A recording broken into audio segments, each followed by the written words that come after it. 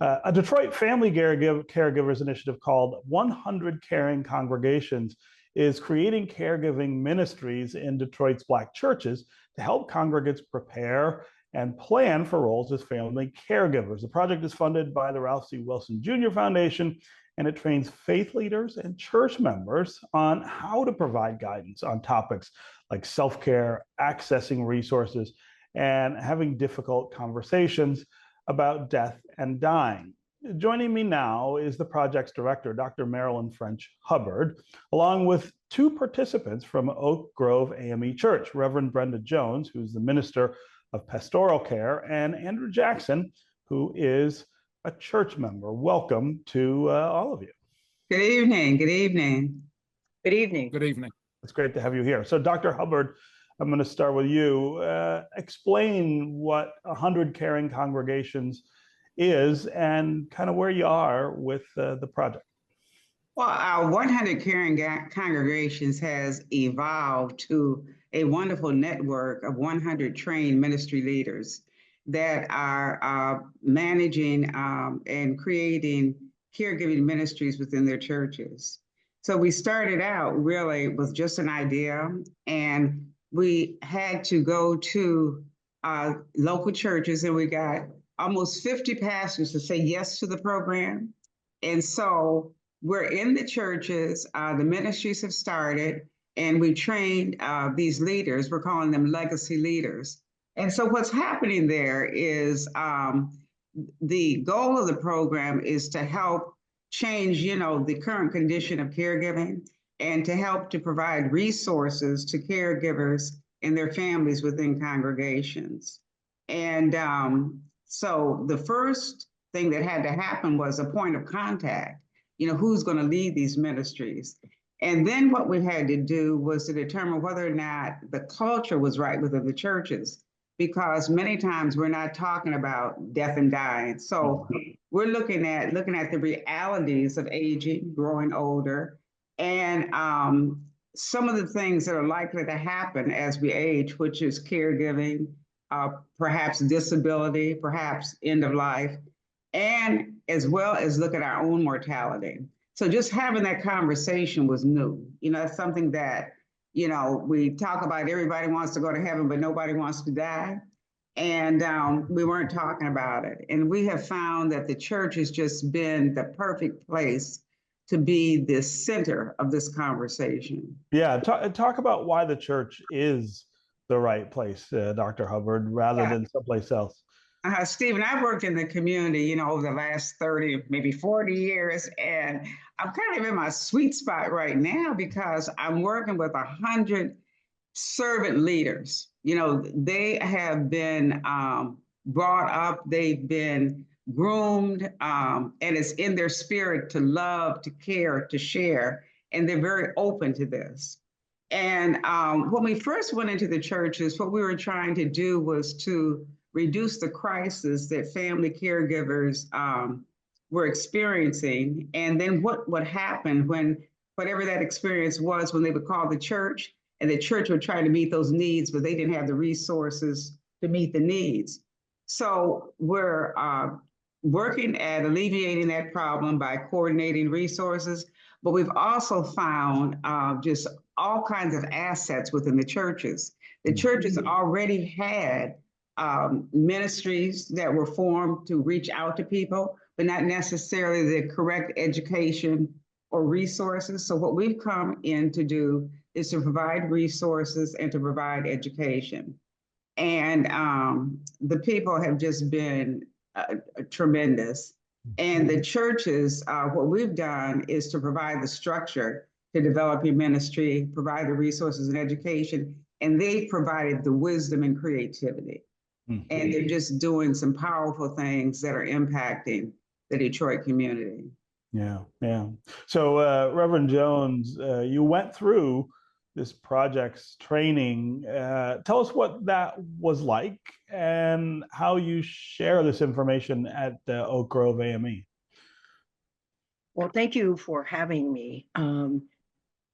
This program was so needed. I was struggling as the Minister of Pastoral Care to respond to that panicked phone call from a member saying, they're going to discharge my mom from the hospital, but she can't go home. What do I do?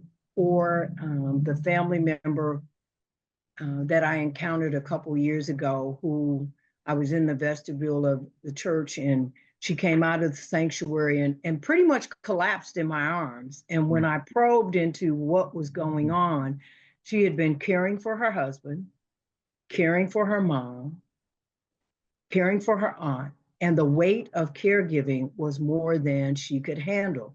She was an only child of an only child. And so the burden was horrendous.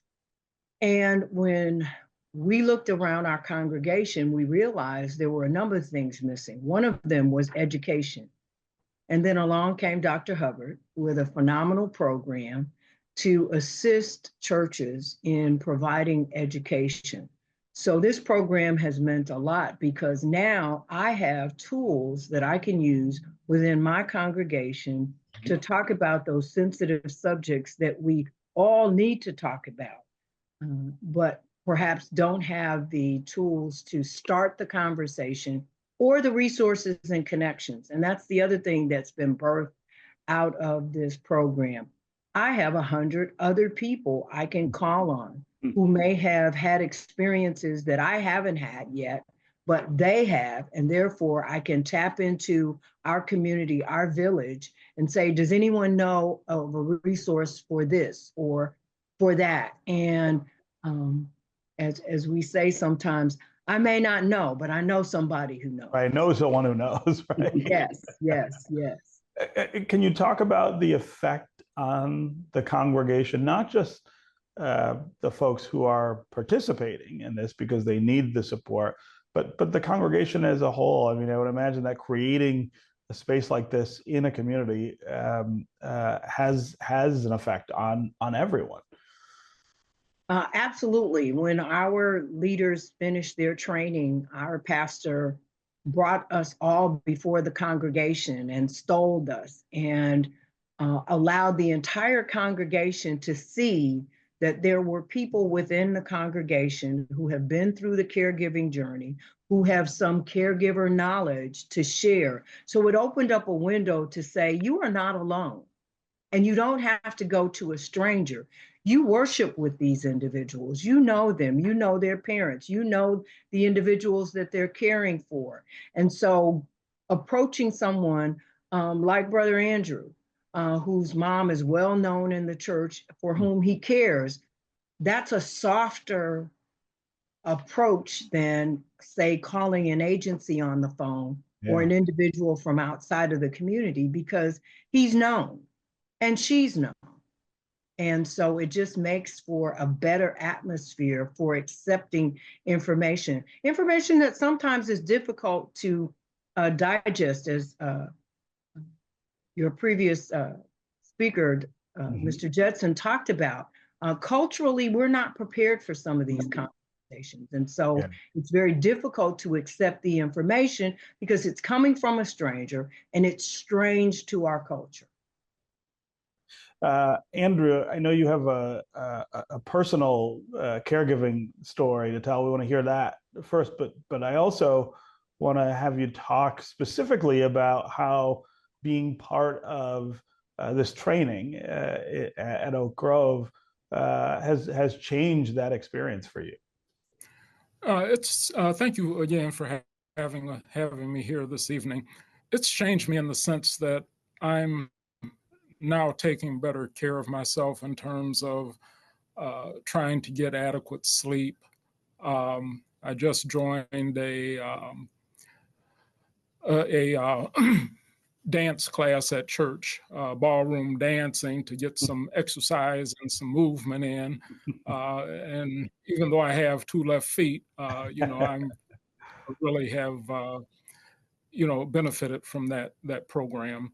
But, the training has, just alerted me to things that I need to take care of to make sure that I'm in a good physical and mental place to take care of my mother on her daily and recurring basis. Can you talk about the care that you're giving for your mom, how long you've been doing that, and sort of the journey that you've been on? Yes, my mother fell and broke a hip in June of 2022.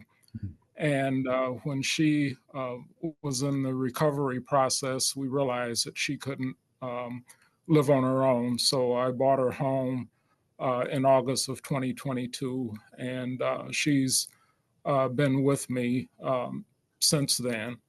My wife of 45 years transitioned in March. She was March of 2023, and she was assisting me in caring for my mother. And since that time, I've had the majority of her care, I've taken care of. I do have a caregiver that comes in 4 hours each day to more or less get her bathed and dressed in the morning. And then from that point, I take care of the rest of her day. Mm-hmm. And the training that you've had, what is that giving you that you didn't have before? And also talk about the community that I guess you guys are building around this.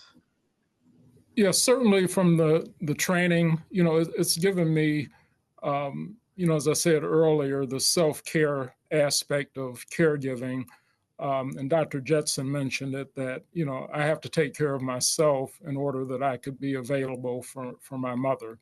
And, what that looks like now, as I said, I try to get more hours of sleep, trying to introduce some physical exercise that, I hadn't been doing.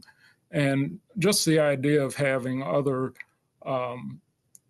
individuals who are on the journey to relay stories with, to share information. If I do run across an issue that I haven't encountered previously, I have a resource readily available that helps me solve those problems. Yeah, yeah. Dr. Hubbard, talk about the plans for this beyond where it is now. Yeah. It's such a great idea, and you can hear in these stories from Oak Grove, the impact that it's having. What comes next?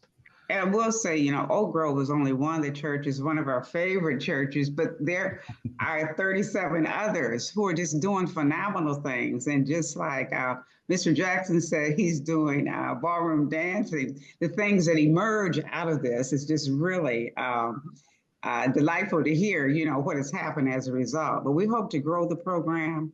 And what we're looking at is developing resources, vetted resources, and an ecosystem where people know where to go when they are in need.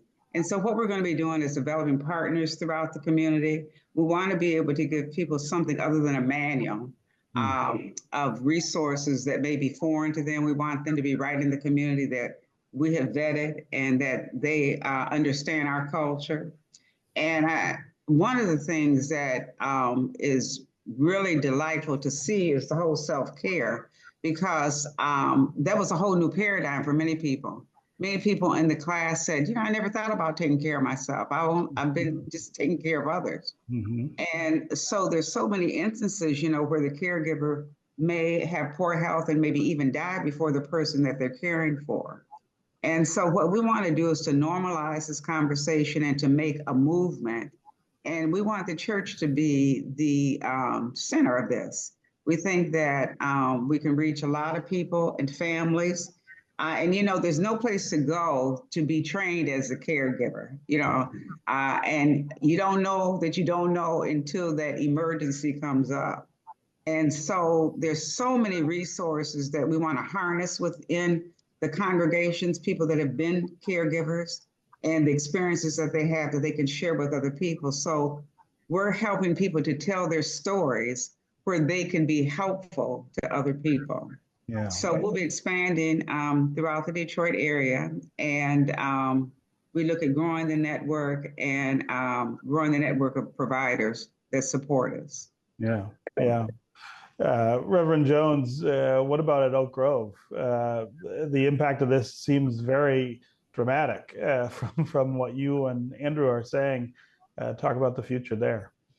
Well, we're in the process of developing caregiver support groups, small groups within the church community where caregivers can come together and share their experiences and also get a release, because not everyone understands what the caregiver journey is like. And so sometimes you need a safe space to be able to articulate how trying it might be to have your loved one so deteriorated right before your eyes. But going back to something very, very important that we're working on, and that is vetted resources. The story in your last segment where the individual was released from hospice is a classic example of race impacting care.